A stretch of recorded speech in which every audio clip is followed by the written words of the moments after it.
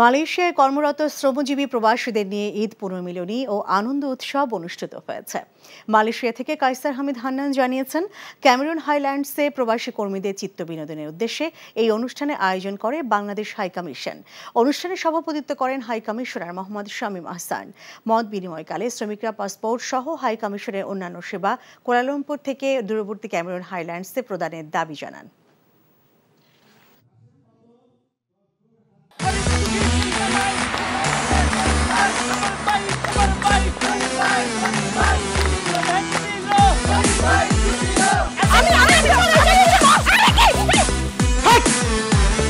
কি ধরনের আকাম করছে জানো? শালা বিয়ে করলো দুখান, কিন্তু ফেসবুকে রিপোর্ট করেছে একখান।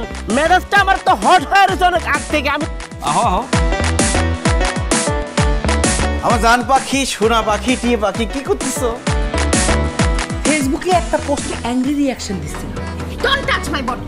বড় বউয়ের প্রতি অনেক কি বেশি না মায়া মহব্বত, যাও তারে গিয়ে দেখাও। আমার কাছে আইছো কেলা? প্রথমে আমার ঘরে না এসে আমার চোখের সামনে দিয়ে গট গট করে ছোট বউয়ের রুমের মধ্যে চলে যাও কোন সাহসে? আমি ভাবছিলাম তুমি বড় বউ বড় বইনের মতো থাকবা, কিন্তু তুমি বাইরে হচ্ছ আস্তে একটা ডাইনি বুড়ি। আমি সাক্ষাৎ ডাইনি আর তুমি সোনার ময়না পাখি। এই চুপ করো। ওরে খোদা, কান্না কাসুল।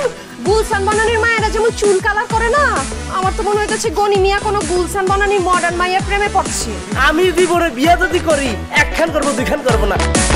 তোর তিনটা অ্যাভয়েড করব।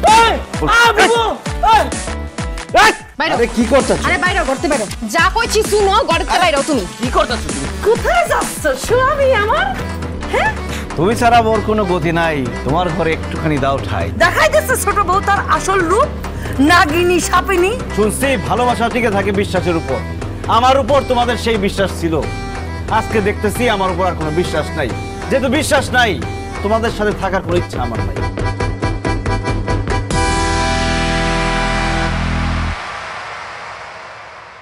এখন জন্ম সনদ দিয়ে খোলো বিকাশ স্টুডেন্ট অ্যাকাউন্ট। নিজের বিকাশ নিজে কর।